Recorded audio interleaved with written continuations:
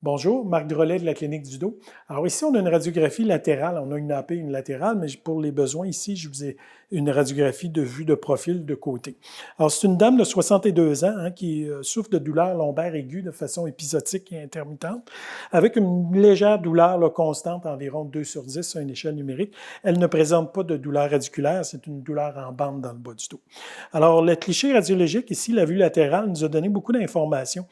Ce qu'on peut observer, si vous regardez ici au niveau L4, L5, L5, S1, on voit des pertes d'interlignes articulaires avec des excroissances osseuses et des scléroses sous-chondrales, en fait, le cartilage qui se densifie.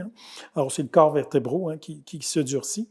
Et ce qui est intéressant, si vous regardez ici la quatrième vertèbre par rapport à la cinquième, on voit un glissement antérieur de cette vertèbre-là. Alors ça, on appelle ça un spondylolistèse. C'est un spondylolistèse qui est d'ordre dégénératif. Donc, ce qui peut créer en fait une certaine forme d'instabilité au niveau du bas du dos. Évidemment, on lui a fait les soins requis pour atténuer sa symptomatologie, là, cette douleur lombaire, mais on lui a enseigné des exercices pour stabiliser en fait son tronc. Donc, toute forme de flexion tronculaire au-delà de 45 degrés va créer beaucoup de contraintes au niveau du disque. Donc, on lui a montré à pivoter en fait des exercices précis au niveau du tronc pour réduire les contraintes au niveau du disque intervertébral.